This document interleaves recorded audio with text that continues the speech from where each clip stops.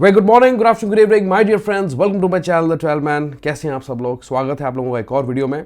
जैसे कि आपको पता है कि मैं अपने चैनल के थ्रू साउथ एशियन या साउथ ईस्ट एशियन कंट्रीज़ पे ज़्यादा वीडियोस डालता हूं बिकॉज लोग प्रेफर करते हैं जाना, लोगों को सस्ता पड़ता है, आसान लगता है।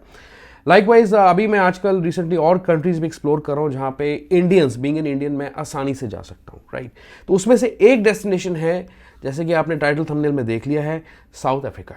तो साउथ अफ्रीका का आप being an Indian e visa apply कर सकते हैं और ट्रैवल कर सकते हैं।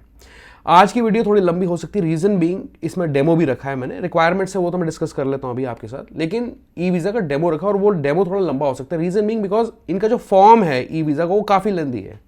इस चीज़ के लिए आप तैयार रहना, ठीक है। तो चलिए शुरू करते हैं इस वीडियो को। इस वीडियो को ज़्यादा से ज़्यादा शेयर करें, इतनी मेहनत लगती है, टाइम लगता है बनाने में वीडियोस को, तो please consider to subscribe to this channel, like करें इस वीडियो को, शेयर करें और लोगों के साथ शेयर करें ताकि उनको भी पता लगे इसके बारे में, ठीक है। तो साउथ अफ्रीका के वीज़ा के लिए सबसे पहली requirement of course your passport goes without mention. और इसके अंदर क्या है बेसिकली कि आपकी जो पासपोर्ट की जो वैलिडिटी है वो कम से कम मिनिमम 1 महीने की होनी चाहिए after the date of departure. Usually और कंट्रीज के केस में क्या है कि अगर आप ट्रैवल करते हैं तो वो आपकी पासपोर्ट की वैलिडिटी 6 महीने की मांगते हैं, ठीक है। और अगर उससे कम की है तो आपको ट्रैवल नहीं करना चाहिए, या आप यूजुअली अपना पासपोर्ट रिन्यू कराने चले जाते हैं। यहाँ आपका इमिग्रेशन क्लियरेंस नहीं मिलता आपको अगर आपके पासपोर्ट की वैलिडिटी जो है 6 महीने से कम की रह गई। लेकिन इसके केस में क्या है, 1 महीने की वैलिडिटी पासपोर्ट की चलेगी after the date of departure, ठीक है। आपके पासपोर्ट पर 2 ब्लैंक पेजेस होने जरूरी हैं। एक ब्लैंक पेज चाहिए एंट्री स्टैम्प का और दूसरा चाहिए एग्जिट स्टैम्प का। तो ये एक रिक्वायरमेंट है। डेबिट क्रेडिट कार्ड से आप पेमेंट्स दोनों, मतलब जो मास्टर कार्ड्स हैं, आप वीज़ा कार्ड्स हैं, उनसे पेमेंट कर सकते हैं आसानी से। आपका जो वीज़ा इशुएंस टाइम है, कब आपको वीज़ा मिलेगा, तो यार इसमें जो इनका वीज़ा इशू करने का टाइम है वो थोड़ा लेंदी है, ठीक है। 3 दिन में भी आ जाता है कुछ लोगों का वीज़ा, और it can take up to 4 weeks, मतलब 1 महीना भी लग सकता है, ठीक है। अभी क्या है कि बेसिकली अपना बैकलॉग क्लियर कर रहे हैं और जनवरी 2024 से क्लेम कर रहे हैं कि आपका वीज़ा आपको जल्दी इशू किया जाएगा। तो अभी थोड़ा सा ये डिले आप एक्सपेक्ट कर सकते हैं अगर आप रिसेंटली अप्लाई करते हैं, ठीक है। अब इसके बाद क्या है कि जो आपकी लेंथ ऑफ स्टे है कंट्री में, that can maximum go up to 3 months. तो ये ज़रूरी नहीं है कि पूरे 3 महीने का स्टे पीरियड आपको मिलेगा इसके अंदर, वो कम भी हो सकता है 30 दिनों से, let me tell you that, ठीक है। और जो आपका वीज़ा है, ई वीज़ा है, ये आपको ईमेल एड्रेस पे आपके जो रजिस्टर होगा जिससे आप करेंगे उस पर ईजिली आपको मिल जाएगा, ठीक है। तो चलिए अब आगे चलते हैं फटाफट से विदाउट वेस्टिंग टाइम। ये वीडियो काफ़ी लंबी है तो मैं ज़्यादा बोलना नहीं चाहता, तो डेमो देखते हैं। इसके बाद जो है आप डिसाइड करें, लिंक वगैरह डिस्क्रिप्शन में दे दूंगा कैसे अप्लाई करना है, कहाँ से अप्लाई करना है। Okay, let's begin. Guys, do you want to apply your visa by the speed of 10x? तो मेरे पास एक सोल्यूशन है आप लोगों के लिए। You can apply your visa through Atlys, ठीक है। बहुत आसान है, सिंपल है इसे अप्लाई करना। उस साइट के थ्रू 150 से ऊपर कंट्रीज़ के लिए आप वीज़ा अप्लाई कर सकते हैं, अपनी एप्लीकेशन को ट्रैक कर सकते हैं। 5 या 10 मिनट के अंदर अपनी एप्लीकेशन को फिल कर सकते हैं with minimum documents, and you can also apply in bulk up to 500 applications. तो सोच के रहे हैं आप अपना साउथ अफ्रीका का वीज़ा भी इनकी साइट के थ्रू बुक कर सकते हैं। इसका लिंक डिस्क्रिप्शन में देने जा रहा हूँ। Apply now today.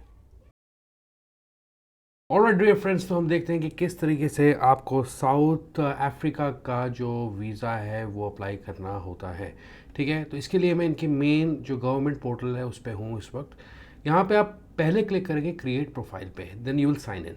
अभी मैंने वैसे साइन इन ऑलरेडी मैं कर चुका हूँ क्योंकि मैं इसे थोड़ा सा देखना चाहता था कि कैसा लगता है पोर्टल टेस्टिंग पर्पसेस के लिए। लेकिन आप क्रिएट प्रोफाइल पे क्लिक करेंगे। जैसे आप क्लिक करते हैं तो पहले आपके सामने आएंगी लिस्ट ऑफ कंट्रीज़ जो कि एलिजिबल हैं बेसिकली ई वीज़ा फैसिलिटी के लिए। तो इसमें क्या है कि ब्राउज़र की इशू की वजह से सारी लिस्ट ऑफ कंट्रीज़ में देख नहीं पा रहा हूँ यहाँ पे, लेकिन इसमें इंडिया का नाम दिया हुआ है। अगर मुझे ये स्क्रीनशॉट ले सका इसका तो मैं आपको दिखा दूंगा। वैसे आप घबराएं ना, India is eligible for south Africa e visa. Okay, चलिए ओके पे क्लिक करते हैं। देखते हैं यहाँ पे बेसिक से डिटेल्स आपको डालनी होती हैं। ऊपर दिया take here if you do not have a valid passport and are applying on behalf of a minor. तो इसको आप छोड़ दें अगर आप फैमिली नहीं जा रहे हैं। यहाँ पे आप डालें फर्स्ट नेम अपना, last name, passport number, country of issue जो है पासपोर्ट का इंडिया हो गया, कंट्री ऑफ रेजिडेंस जो है आपका वो हो गया India, passport issuance date and the expiry date, ठीक है। इस फॉर्मेट में आपको डालना है। और confirmation that the passport has at least 2 pages unused pages. ठीक है, तो 2 ब्लैंक पेजेस आपके पासपोर्ट पे होने ज़रूरी है, उसकी कॉन्फर्मेशन भी आपको यहाँ पे देनी है, टिक करना है। ईमेल एड्रेस जिससे आप रजिस्टर करने लगे वो आप डालेंगे, उसका पासपोर्ट जो है वो डालेंगे, सॉरी। ठीक है, I am not a robot और क्रिएट प्रोफाइल आप पे क्लिक करेंगे तो क्या होता है कि जैसे मैं ऑलरेडी कर चुका हूँ तो मेरे को ऑलरेडी एक ईमेल आता है ऑटोमेटेड कि आपका अकाउंट कॉन्फर्मेशन के लिए कि आपका अकाउंट क्रिएट हो गया है। ठीक है, तो यहाँ पे मेरी पासपोर्ट की डिटेल्स ऑलरेडी आ गई, आप देख सकते हैं, फुल नेम भी आ गया है, ईमेल एड्रेस जिससे मैंने लॉगिन किया वो भी आ गया है। ठीक है, अब मुझे करना है कन्फर्म अकाउंट। जैसे मैं कन्फर्म अकाउंट पे क्लिक करता हूँ तो ये मुझे बेसिकली मैसेज देगा स्क्रीन पे, user profile has already been activated, please sign in. ठीक है, तो ओके पे क्लिक करके अब आप जो है साइन इन पेज पे जाएंगे, तो ये है साइन इन पेज। यहाँ पे मैंने ऑलरेडी अपना जो पासवर्ड है वो सेव करके रखा हुआ है। अभी मैं पासपोर्ट नंबर डाल देता हूँ यहाँ पे। ठीक है, I am not a robot and sign in. तो ये आपका जो है पेज खुल के आपके सामने आता है। एप्लीकेशन रेफरेंस नंबर आपका जनरेट हो चुका है जो कि आपको ऑफ कोर्स ईमेल के थ्रू मिल जाएगा। Complete application, upload documents, make payment and e visa outcome, वो आपको यहाँ पे पता लग जाएगा। ठीक है, तो अभी क्रिएट एप्लीकेशन पे क्लिक करते हैं यहाँ पे। Is this application being completed on behalf of a minor, no कर देता हूँ मैं। Application for visa to temporarily sojourn in the Republic of South Africa. Is this application being completed on the behalf of, इसको no रहने देते हैं। कितने please state the number of people you are applying for including yourself. तो यहाँ पे मैं अपने केस में अभी जैसे सिंगल है तो 1, नहीं तो 2 and 3 आप कर सकते हैं। तो यहाँ पे आप देख सकते हैं इस पेज पे कि आपकी जो एप्लीकेशन है और जो डेट है, जिस डेट को आप सबमिट कर रहे हैं उसकी तारीख भी आ गई है, एप्लीकेशन रेफरेंस नंबर आ गया है और ये काफ़ी लंबा चौड़ा फॉर्म है, काफ़ी ज़्यादा मतलब फील्ड्स हैं यहाँ पे। कुछ तो ऑटो पॉपुलेटेड हैं क्योंकि हमने पहले प्रोफाइल क्रिएट किया था। एप्लीकेशन टाइप में न्यू एप्लीकेशन चूज़ कर लेंगे। फिर देन यहाँ पे दिया है temporary resident visa application category, तो यहाँ पे हम विजिटर वीज़ा ही चूज़ करेंगे, सेक्शन 11। ठीक है, business visa, work visa, study visa, no, visitor visa. ठीक है, ये सेक्शन क्रिएट हो गया है इसका, विजिटर वीज़ा मैंने चूज़ कर लिया। टाइटल जो है मैं यहाँ पे मिस्टर दे देता हूँ, सेक्स मेल। ठीक है, ये मेरा नाम आ गया, तो इसको मैं एज इट इज़ खाली छोड़ देता हूँ। अभी प्लेस ऑफ बर्थ जो है मुझे यहाँ पे डालनी पड़ेगी। तो जो पासपोर्ट पर डिटेल्स है वही आपने एग्जैक्टली यहाँ पे डालनी है और ऊपर बहुत क्लियरली मैसेज दिया है कि principal applicant details, enter details exactly as per they appear in the passport that you will use to enter the Republic of South Korea, sorry Africa. Country of birth यहाँ पे मैं डाल देता हूँ India. Date of birth मुझे यहाँ पे डालनी है, तो अभी मैं कुछ भी यहाँ पे डाल देता हूँ। ठीक है, मंथ डालना है मुझे।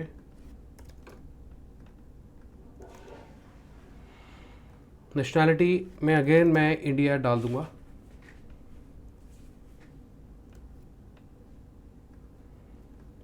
होम टेलीफोन नंबर अगर आपके पास है तो आप डाल सकते हैं, तो मैं अभी इंडिया चूज़ करता हूँ यहाँ पे। वर्क टेलीफोन नंबर छोड़ देते हैं, सेल नंबर आप डाल सकते हैं यहाँ पे, वो भी हमने यहाँ पे डाल लिया। ईमेल एड्रेस पर ऑटो पॉपुलेट हो गया क्योंकि मैंने प्रोफाइल बनाया हुआ था। फेसबुक, ट्विटर हैंडल ये ऑप्शनल है, आप चाहें तो इन्हें छोड़ सकते हैं। अभी देखते हैं, काफ़ी लंबा चौड़ा कॉम्प्लेक्स फॉर्म है तो हो सकता है कि कुछ चीज़ें मुझसे अभी रह जाएं, लेकिन हम इसे बाद में रिवाइज कर लेंगे। ठीक है, पासपोर्ट डेट ऑफ इशू जो है यहाँ पे जैसे कि आप देख सकते हैं कि वो भी आ रही है। पासपोर्ट टाइप क्या है, ऑफिशियल डिप्लोमेटिक ट्रैवल डॉक्यूमेंट, तो पासपोर्ट ही मैं रखता हूँ। क्वालिफिकेशन क्या है आपकी, ग्रेजुएट हैं जैसे फॉर इंस्टेंस। ऑक्यूपेशन करते हैं आप तो आप कुछ भी चूज़ कर सकते हैं, अभी मैं जैसे गवर्नमेंट चूज़ कर लेता हूँ for the timing.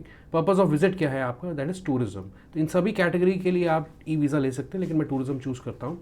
Is your spouse and other dependents are not accompanying, yes और नो, अगर फैमिली जा रही तो येस, अदरवाइज नो। और फिजिकल एड्रेस जो है आपको यहाँ पे देना है, दैट मीन्स कि एस से South Africa physical address details within the Republic of South Korea where you will be residing. ठीक है, तो यूनिट नंबर जैसे कुछ भी डाल देते हैं, south Avenue, street number, street name, this is optional. I think मैं यहाँ पे कुछ भी डाल, अभी मेरा एड्रेस तैयार नहीं है तो मैं कुछ भी डाल देता हूँ यहाँ पे। सब अब district Johannesburg, if I am spelling it correctly.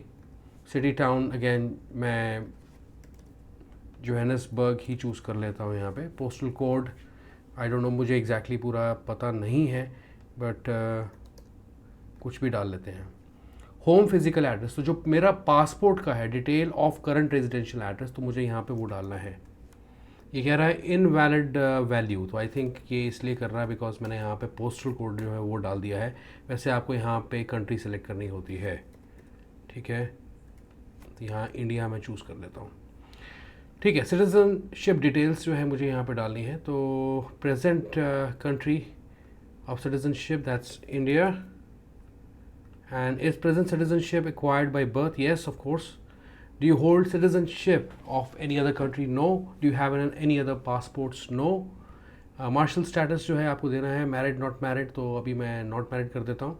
Applicant parent details, तो यहाँ पे आपको जो है वो देना है, तो आप अलाइव कर सकते हैं, तो उनका जो नाम है आप यहाँ पे कभी कुछ भी मैं दे देता हूँ यहाँ पे, ठीक है। सरनेम ठीक है, कुछ भी डाल देते हैं। डेट ऑफ बर्थ कुछ भी डाल देते हैं, ओके। कंट्री ऑफ बर्थ जो है ये भी डालना है। इट्स प्रीटी एक्साइटिंग फॉर्म, मैं देख सकता हूँ जैसे एक पेपर पे होता है वैसे इन्होंने एग्जैक्टली जो है इसको ऑनलाइन करा, तो दिस इज़ रियली डिफरेंट। मैंने इतने सारे जो ई वीज़ास की वीडियोस बनाई हैं, पर इसको बनाना थोड़ा कॉम्प्लेक्स लग रहा है। तो इसी बात पर बनता है वीडियो को लाइक कर दें, चैनल को सब्सक्राइब जरूर करें, ठीक है। इतनी मेहनत करते हैं हम आपके लिए। प्रेजेंट नेशनैलिटी, चलिए ये भी इंडिया डाल देते हैं। ये हो गई आपकी मदर की डिटेल्स या फादर की डिटेल्स। पेरेंट भी अगर है तो आप वो भी डाल सकते हैं, जैसे कि आप डिसीज्ड कर सकते हैं। आई डोंट नो क्यों इतनी डिटेल्स की ज़रूरत है इन्हें, तो चलिए इंडिया चूज़ कर लिया हमने। Details of 5 most recent visas issue to you, ठीक है। तो इन द लास्ट 5 ईयर्स, तो उसकी आपको बेसिकली ये मांग रहे हैं आपसे ट्रैवल हिस्ट्री आपकी। Do you have any visas issue to you valid और expired in the last 5 years? Do you hold right to re enter into the country of origin? तो येस नो के option है। अभी क्योंकि ये video लंबी हो जाएगी तो मैं नो कर देता हूँ, क्योंकि मैंने पिछले 5 साल में काफ़ी ट्रैवल किया है अब्रॉड, तो अभी जो है इसको मैं दोनों को नो कर देता हूँ। Do you hold the rights to re-enter into the country of origin or country of residence if that differs? Oh yes, मुझे yes करना पड़ेगा। इसको आप no मत करना, ध्यान देना इस चीज़ पे। ये पूछ रहा है कि क्या आप के पास री एंट्री परमिट्स हैं आपकी अपनी कंट्री में जाने के लिए, तो उसको yes करना है आपने, ठीक है। Details of other addresses where you have lived before during the last 10 years, तो आई डोंट थिंक सो कि इसकी ज़रूरत पड़नी चाहिए। Do you have other addresses last years? No कर देते हैं आप अभी। अगर हैं तो आपको मेंशन करना पड़ेगा। अजाइलम सीकर रिफ्यूजी स्टेटस, तो नो कर देते हैं। Do you currently hold, and ये से भी आप नो कर दें। Contact person in your country of residence, तो किसी का एक रेफरेंस आपको देना पड़ेगा, जैसे कि आप किसी का भी दे सकते हैं। गिवन नेम, ये मुझे लगता है कि मुझे इंडिया का कोड यहाँ पे डालना पड़ेगा तभी एक्सेप्ट करेगा, जैसे पहले हुआ था। ये देखिए अब कितनी आसानी से हो गया। होम टाउन जो है आपका, home telephone number, that is for India.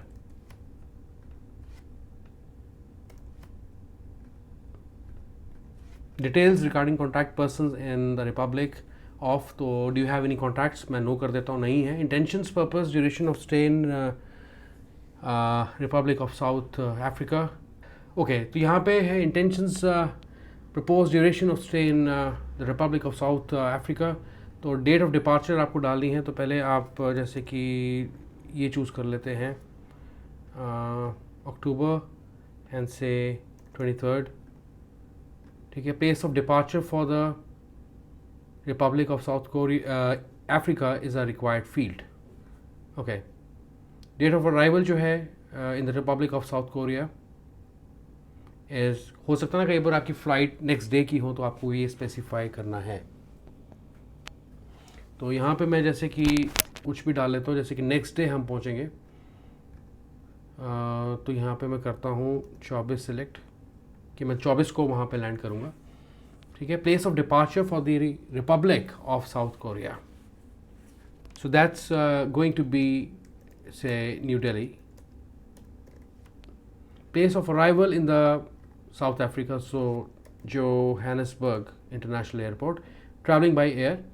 Intended date of departure from, that means कि आपको कब छोड़ेंगे आप, ठीक है। तो नवंबर में हम चलते हैं जैसे कि, और 2 नवंबर की डेट डालता हूँ। तो जैसे ही आप यहाँ पे intended date of departure from select करते हैं तो ये राइट साइड पे देखेंगे ऑटोमेटिकली इसने आपको बता दिया कि आप 1 हफ्ता 2 दिन के लिए यहाँ पे स्टे करने लगे हैं, ठीक है। आप outline your propose activities while in the Republic of South Africa, तो यहाँ पे आप अच्छे से कुछ अगर आइटनरी बना के डाल सकते हैं, अच्छा सा नोट लिख सकते हैं, वो आप कर सकते हैं। लेकिन अभी मैं कुछ भी डाल देता हूँ क्योंकि मुझे अभी टाइम बचाना है अपना, तो ठीक है। तो इसमें आप अच्छे से लिखना कि आप क्या करने लगे हैं, क्या है, ये सब अच्छे से देंगे तो इम्प्रेसिव लगता है। फाइनेंशियल डिक्लेरेशन जो है आपको यहाँ पे देनी होती है। Available funds foreign currency type जो है करेंसी की वो आपको देनी है, तो आप यूएसडी जो है सेलेक्ट कर लें तो ज़्यादा सही है। यहाँ आपकी लोकल करेंसी है वहाँ की, तो वो भी आप कर लें। तो जैसे $1000 में लेके चला जाता हूँ, और यहाँ पे ये कितना बनता है इज़ अ रिक्वायर्ड फील्ड ये कह रहा है, तो इसने एक्चुअली कन्वर्ट नहीं किया खुद, तो मुझे यहाँ पे देखना पड़ेगा कि USD to South African currency, ठीक है। तो यहाँ पे मैं क्या करता हूँ, 1000 टाइप करता हूँ, तो ये 18,000 रैंड बनता है, ठीक है। 18,780, 80 मैं यहाँ पे डाल देता हूँ। Do you have a valid return ticket? This is very important. So guys, yes, I have a return ticket. Reference booking number जो है मुझे यहाँ पे देनी पड़ती है। Well, anyways, I think मेरे पास अभी reference booking number नहीं है, तो मैं यहाँ पे नहीं डाल सकता। लेकिन चलिए मैं कोशिश करता हूँ रैंडमली कुछ भी डालने की, कहीं इसे गलत ना ले लें। डेट ऑफ डिपार्चर जो है 2023, हमने नवंबर की डेट डाली थी, तो नवंबर 2 को ही मैं डिपार्ट कर रहा हूँ, ठीक है ना। Employment record of the applicant, do you have you been employed और आर यू करंटली एम्प्लॉयड, तो आपको बेसिकली येस कर देंगे तो आपको पूरा उनकी डिटेल्स देनी पड़ेगी कंपनी की, तो मैं अभी टाइम बचाने के लिए इसको नो कर रहा हूँ, ठीक है ना। आपको भरनी है लेकिन। Security health questions, have you ever been refused entry into a deported from the Republic of, no. Have you ever have you or any of your dependents accompanying you ever been convicted of any crime, no. इस criminal case वगैरह कोई चल रहा है, नहीं। Are you or any dependent suffering from tuberculosis or contagious diseases, no. Are you an unrehabilitated insolvent, तो no. Have you ever been judicially declared incompetent, no.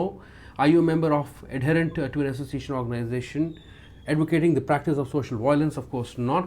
कोई क्यों बताएगा ये चीज़ वैसे बाय द वे, जो फॉर्म में डाल देते हैं। एनीवेज कोई नहीं, ये हो गया। And then do you request long term multiple entry visa, तो आप वो चूज़ करना चाहते हैं तो कर सकते हैं, पर मैं अभी नो करता हूँ क्योंकि मैं सिंगल एंट्री के लिए को यूज़ करके वहाँ पे जा रहा हूँ अभी फॉर द टाइमिंग। लेकिन मल्टी एंट्री वीज़ा का ऑप्शन ये आपको दे सकता है।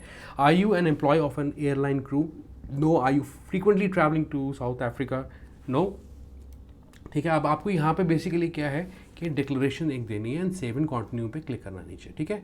तो चलिए सेव एंड कंटिन्यू पे क्लिक करते हैं। Application successfully updated and you can continue with the application form, okay. तो इसे अभी मैं कर देता हूँ submit. Have you reviewed your application and it's ready to be submitted, तो आप येस करेंगे। Click here to view countries जो भी हैं आप एक बार देख सकते हैं, इसमें इंडिया का नाम आ रहा है, बाय द वे ये खोल ही नहीं रहा है, तो इसको अभी मैं येस कर देता हूँ, ओके। तो अब हमें डॉक्यूमेंट्स अपलोड पेज पे, ठीक है। तो आपने देख लिया कि हमने पहले जो है अपनी एप्लीकेशन सबमिट कर दी, डिटेल्स अपनी क्रेडेंशियल्स भेज दिए। अब हमें जो है बेसिकली जो फाइल्स हैं उन्हें अपलोड करना है। यहाँ पे क्या क्या डॉक्यूमेंट्स मांगे, based on what you have filled in the application form it will ask for those supporting documents. तो यहाँ पे जैसे आपने डिसीज का किसी का पेरेंट का है तो आप यहाँ पे डाल सकते हैं। यहाँ पे ऊपर पढ़ें, the name and supporting document should not contain special characters, the password protected compress file will be rejected. तो आपको पासवर्ड जो है अपनी फाइल्स पे से रिमूव करना है। Each document you upload must be a single file, ठीक है। तो आप PDF मर्जिंग टूल्स यूज़ करके डॉक्यूमेंट्स को कंबाइन कर सकते हैं। Document should not be larger than 5 MB, ठीक है। अगर आप PDF वगैरह डॉक्यूमेंट्स फाइल्स क्रिएट करना चाहते हैं तो इस पे इन्होंने लिंक्स वगैरह भी शेयर किए हैं आपके साथ। यहाँ पे आप देख सकते हैं ऊपर कि यहाँ पे इन्होंने लिंक्स शेयर किए हैं आपके साथ। ओके चलिए अभी हम अपलोड करने की कोशिश करते हैं डॉक्यूमेंट्स, क्योंकि आई डोंट नो कि ये मेरे से एक्सेप्ट करेगा डॉक्यूमेंट्स, क्योंकि मेरे पास अभी सिर्फ डमी फाइल्स हैं लगाने के लिए, तो हो सकता है मैं आगे प्रोसीड ना कर पाऊँ पूरा, पर लेट मी ट्राई दैट। तो मैंने क्या किया हुआ है बेसिकली कि मैंने ना कुछ डमी फोल्डर्स बना के रखे हुए हैं और फाइल्स बना के रखे हुए हैं, ठीक है। तो जैसे कि अब इसमें डेथ सर्टिफिकेट लगाना फॉर इंस्टेंस, तो मैं लगा देता हूँ व्यू, इसने एक्सेप्ट कर लिया है लकीली। फ्लाइट आइटनरी बुकिंग, इसको मैं पीडीएफ में अपलोड कर देता हूँ, क्योंकि यहाँ पे मैंने एक डमी बना रखा है, hotel booking flight booking dummy, PDF में मैंने कर दी, ये भी अपलोड हो गया। Purpose and duration of visit, ठीक है। तो अब इसके लिए आप कवर लेटर लगा सकते हैं। मेरे पास अभी कवर लेटर नहीं है, तो मैं क्या करता हूँ, एक पीडीएफ फाइल कोई सी भी उठा के रैंडमली इनविटेशन लेटर की है कुछ भी अभी डाल देता हूँ। इनविटेशन लेटर नहीं लगाना आपने प्लीज़, ध्यान रहे purpose and the duration of stay, क्योंकि मेरे पास अभी कवर लेटर नहीं है, इसलिए मैंने यहाँ पे इनविटेशन लेटर का पीडीएफ लगा दिया, कुछ भी रैंडमली उठा के। आपने कवर लेटर ही लगाना है पीडीएफ फॉर्मेट में, ओके। ध्यान रहे इस बात का जो मैं कह रहा हूँ। 3 मंथ्स सर्टिफाइड बैंक स्टेटमेंट, तो मेरे पास जो है उसका भी कोई फाइल नहीं है बैंक स्टेटमेंट्स का, तो मैं कुछ भी अभी अपलोड कर रहा हूँ, ठीक है ना। दोबारा से मैं यही लगा देता हूँ। एंड देन वैलिड पासपोर्ट, ठीक है। तो अब मुझे पासपोर्ट की जो कॉपी है वो भी डमी पासपोर्ट, देखिए मैंने यहाँ पे ये भी लगा दिया, इसने एक्सेप्ट कर लिया है। ऑप्शनल डॉक्यूमेंट्स कोई और देना चाहते हैं तो आप वो भी दे सकते हैं। सबमिट डॉक्यूमेंट्स पे क्लिक करते हैं, देखते हैं क्या होता है। Documents can only be submitted once. Do you want to continue with the submission of the supporting documents? Say okay fine, yes your submission was successful. तो इसने लकीली मेरी डमी फाइल्स को एक्सेप्ट कर लिया है। Now you have to make the payment here, so I can see the stages. we have 3 stages basically. So you first of all fill the application form, you upload the supporting documents, and then you do the payment, ठीक है। all payments will be in South African currency ZAR. should you require an estimate, please click here। तो आप conversion करके देख सकते हैं, और यहाँ पे नीचे जो है आपको पता है कि हमारी जो एप्लीकेशन है वो हमने ऑलरेडी लगा दी है। तो आप व्यू करना चाहते हैं वो भी आप कर सकते हैं यहाँ पे। तो जैसे कि ये जो है पीडीएफ फॉर्मेट में डाउनलोड हो जाती है फाइल, तो आप अपने जो चेंजेस हैं वो व्यू कर सकते हैं, ठीक है। ये आपके एप्लीकेशन रेफरेंस नंबर वगैरह आपको मिल जाता है, ठीक है ना। ओके तो मैं जब डैशबोर्ड पे वापस जाता हूँ, ऊपर डैशबोर्ड पे क्लिक करता हूँ, वापस होम पेज पे जाता हूँ, तो मैं देख सकता हूँ कि मेरी एप्लीकेशन यहाँ पे लग गई है। मतलब कि applicant details, application date, status date, passport number, submitted है इसका status, payment initiated. That means कि जैसे मैं उस वक्त वहाँ पे पेमेंट नहीं देख पा रहा था, जीरो बैलेंस दिखा रहा था वहाँ पे कि आपको कितना पे करना है, कुछ ड्यू अमाउंट नहीं था।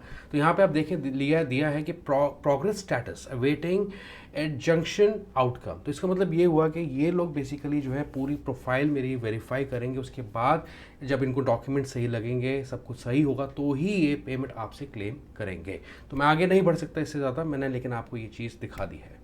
ऑलराइट गाइस, तो मेरे पास मेरी साउथ अफ्रीका के वीज़ा का रिज़ल्ट भी आ गया है। 26 सितंबर को मैंने डेमो रिकॉर्ड किया था, इस वीडियो को रिकॉर्ड किया था, और ठीक लगभग अप टू अ मंथ लग गया इसको आते आते रिज़ल्ट को, और अक्टूबर 13 को ये रिज़ल्ट मेरे सामने आया है। ये ईमेल नोटिफिकेशन मुझे आया कि आप जाके अपनी एप्लीकेशन ई वीज़ा पोर्टल पे जाके रिज़ल्ट चेक कर लो कि वो रिजेक्टेड है या अप्रूव्ड है। ऑफ कोर्स जाहिर सी बात है वो रिजेक्टेड था, बिकॉज मैंने डमी डिटेल्स डाली थी, पासपोर्ट नंबर भी डमी डाला था, सब कुछ गलत डाला था, just for the sake of demo. यहाँ पे आप ईमेल देख लें, ऐसी ईमेल लगती है, ये ईमेल आपको आएगी, department home affairs Republic of South Africa, visitor visa less than 90 days notification, ठीक है। यहाँ पे पासपोर्ट नंबर, रेफरेंस नंबर, आपका नाम, आपका ईमेल, और जो टाइप ऑफ ई वीज़ा है जो आपने अप्लाई किया है वो यहाँ पे आता है। अब क्या है कि जो रिज़ल्ट है वो मैं आपको दिखा देता हूँ। बेसिकली आपको लॉगिन करना है south Africa e visa portal पे, लेकिन मैंने उसको ऑलरेडी डाउनलोड कर लिया है। ये पीडीएफ फॉर्मेट में आता है रिजल्ट आपका। इसमें दिया है फुल नेम, आपका reference number, passport number, email, और e visa application, e visa notification rejected. वो रीज़न बीइंग ऑफ कोर्स मेरे केस में कि मैं गलत पासपोर्ट नंबर या गलत डॉक्यूमेंट्स यहाँ पे यूज़ कर रहा था just for the demo. G123456 आप देख सकते हैं, ठीक है। तो यहाँ बेसिकली ये सारा पढ़ने की ज़रूरत नहीं है, पर मैं पहली 1-2 लाइनें पढ़ देता हूँ। With reference to your TRV visitor less than 90 days, application for passport number G123456 on 26th of September 2023, you are in the terms of provisions of section 83 of the act hereby notified the decision is as follows: rejected, right? The reason for the decision are the following. तो basically यही कह रहे हैं कि आपने you failed to submit your supporting documents for your application and you therefore do not qualify for the visitor visa in terms of section 11 of the Immigration Act.